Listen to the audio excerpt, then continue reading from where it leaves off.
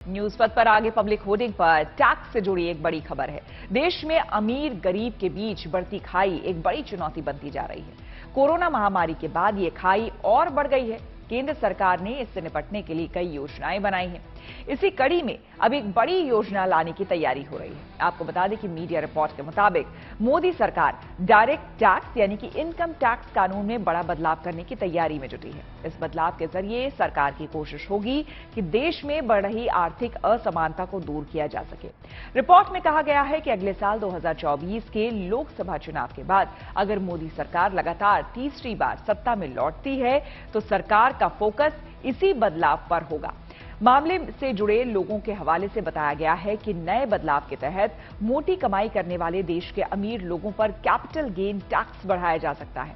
मौजूदा tax system के तहत भारत में अमीर लोगों की आय पर 30% टैक्स लगता है, लेकिन इक्विटी फंड और शेयर जैसे खास एसेट क्लास के कैपिटल गेन पर टैक्स रेट कम है। हालांकि सूत्रों का कहना है कि इस बदलाव को लेकर अभी कोई अंतिम निर्णय नहीं लिया गया है।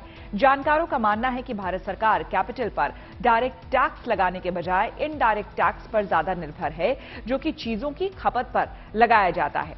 यही वजह है कि भारत में गरीब लोग और गरीब होते जा रहे हैं, जबकि अमीर और अमीर हो रहे हैं। ऑक्सफैम इंटरनेशनल के मुताबिक भारत में सिर्फ 10% लोगों के पास ही देश की 77% संपत्ति है। सरकारी आंकड़ों के मुताबिक देश के सिर्फ 6% लोग ही इनकम टैक्स चुकाते हैं।